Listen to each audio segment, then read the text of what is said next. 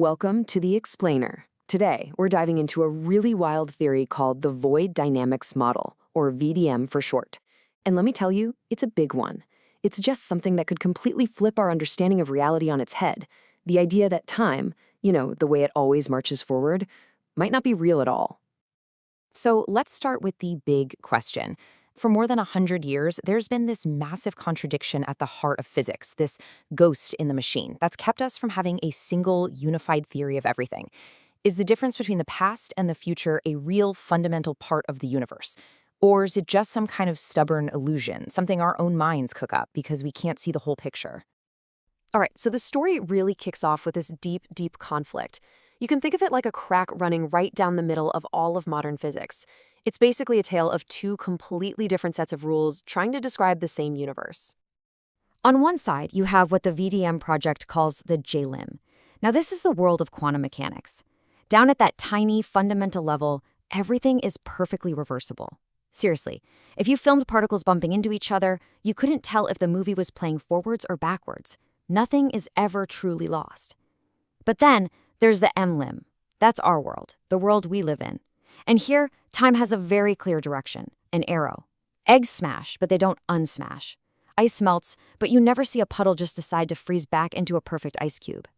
Disorder, or what scientists call entropy, is always, always increasing. And right there, that's the puzzle, isn't it? How can a universe that's built out of these perfectly reversible quantum parts create the world we see, a world that is so completely, stubbornly irreversible? It's one of the biggest mysteries in all of science. And trying to solve it, well, that's the entire goal of the void dynamics project. So, how does the void dynamics model even begin to tackle a problem this huge?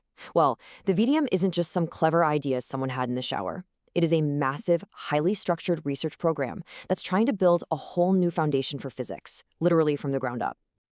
The team behind this project is absolutely committed to doing this the right way, with incredible scientific rigor. Every single claim, every little piece of math has to go through this whole gauntlet of checks and tests before they'll even consider it. This isn't about making big, flashy announcements. It's about carefully building a theory that actually works, one verifiable piece at a time. And this right here is what I find so interesting.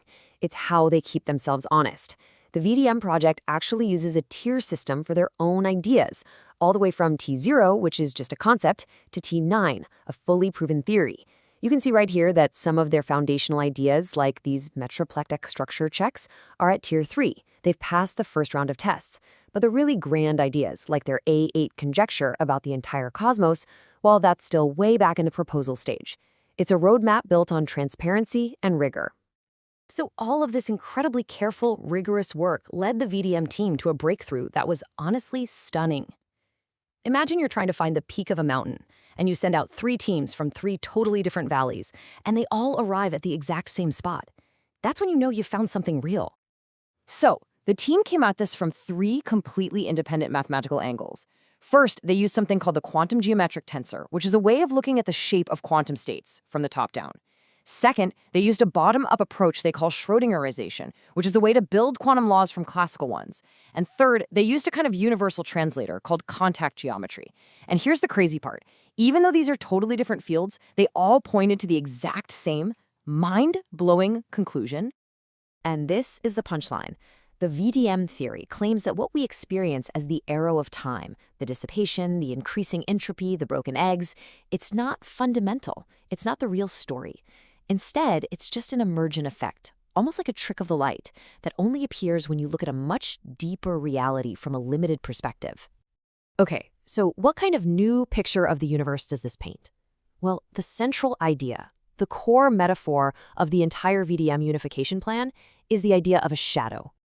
The theory says that the flow of time is what's called a projection artifact. Think about it like this. You can have a really complex, detailed 3D object, right? But when you shine a light on it, it casts a simple, flat 2D shadow. Now that shadow is real. You can see it, you can trace it, but it has way less information than the actual object. It's a flattened, simplified version of the real thing. And this right here, this is the core claim of VDM, laid out perfectly. The irreversible world we experience every day, the MLIM, where time only goes forward, that's just the shadow. The true thing, the actual object, the fundamental reality, is the fully reversible, information-rich quantum world of the JLEM. We are living our entire lives interacting only with the shadow. I just love this quote from one of the project's documents. It puts it so perfectly. When they say ignorance here, they don't mean stupidity. They mean that the laws of our reality, the arrow of time itself, these things only exist because we are ignorant of the full picture.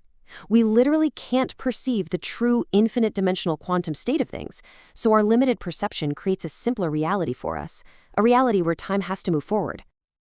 So let's step back for a second.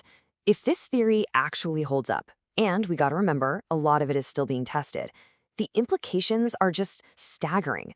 It would completely reshape our understanding of physics, of reality, and maybe even of ourselves. Okay, so what does this all mean? First off, the arrow of time isn't fundamental. It's an illusion that emerges because we can't see everything. Second, it gives us a whole new way of looking at the quantum measurement problem. That mysterious collapse of a quantum state might just be the moment a shadow gets cast. And then there's this. The theory even suggests that consciousness itself might be a kind of sophisticated boundary-making machine. In a way, we are the thing that is casting the shadow that we call reality. Which leaves us with one last, absolutely mind-bending question to chew on. If we are the shadow, but we're also part of the object casting it, well, according to VDM, the universe is a system that is constantly experiencing itself through countless little projections, just like us. So if our reality is just one of maybe an infinite number of shadows, what is the true nature of the light that's casting all of them?